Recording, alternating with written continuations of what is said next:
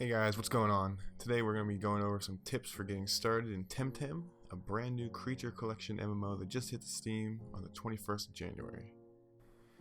This game is getting a lot of attention for good reason right now and is being compared to a very obvious predecessor.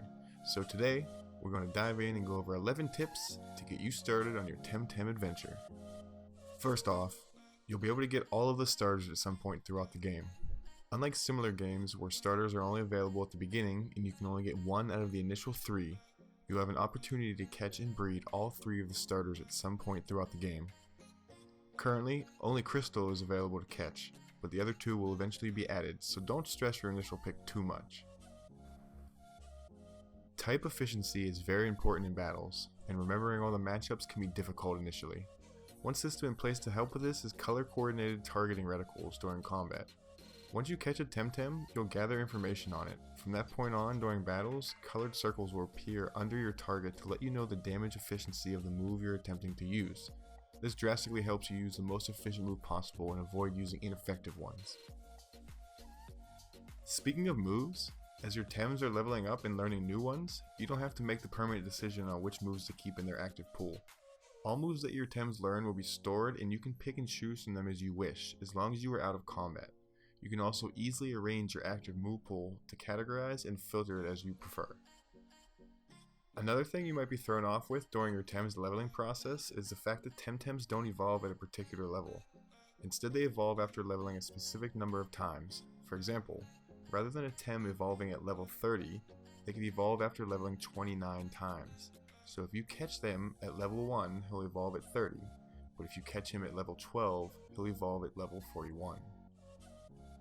Rather than bumbling around to arrange your party or use items, there's a few shortcuts you can use to navigate your UI. You can easily rearrange your party on the bottom right hand corner of your screen, dragging and dropping your Tems where you would like them. The first 2 are your active party and their place corresponds with their position in battle. You can press I to access your inventory, U to quickly access your squad screen, and during combat, you can press 7 to bring up your items and F to quickly use your most recently used item as well. Make sure you're checking all crates and trash cans for items. Healing and breeding items in general can be very expensive, so getting free items or even some extra pan stuns for that matter can make a huge difference. Make sure you're constantly checking all containers that you encounter in the hopes of stockpiling your inventory with some free goods. There's no RNG in TemTem like there is in similar games. There's no criticals or dodges or misses. There isn't even damage ranges, as moves do a specific amount prior to stat increases and reductions. You can use this to better plan your attacks and better understand what's going on in battle. For example, if you are fighting 2 of the same Tems, and one moveset kills the first and not the other, you can make the assumption that the second one has a higher defense or health or special defense or something of the sort. Same goes for getting hit. You can tell a bit about a Tem's SVs by how they perform in battle prior to catching them, since things aren't as random.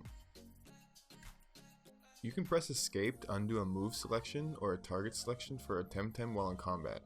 You can even back up as far as your previous Tem, as long as you haven't selected the move and target for both attackers yet. This will allow you to fix mistakes and better plan your combat tactics. Try not to over DPS if you can help it, especially in trainer fights and dojos.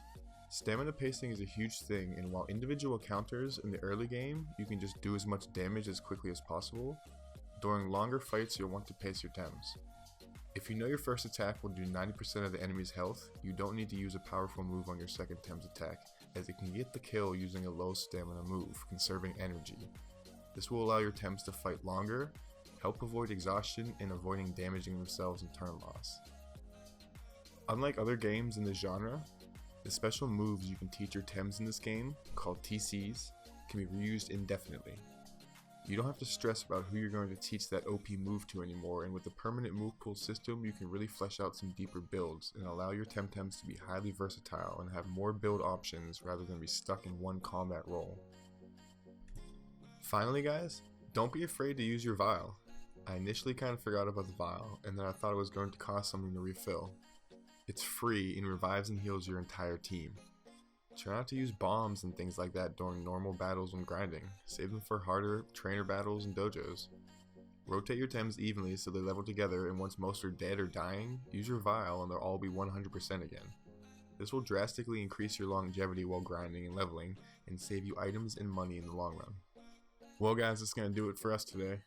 I'm going to get back to catching some TemTems. If you enjoyed the video or you learned something you didn't know, please like and subscribe and come back for more.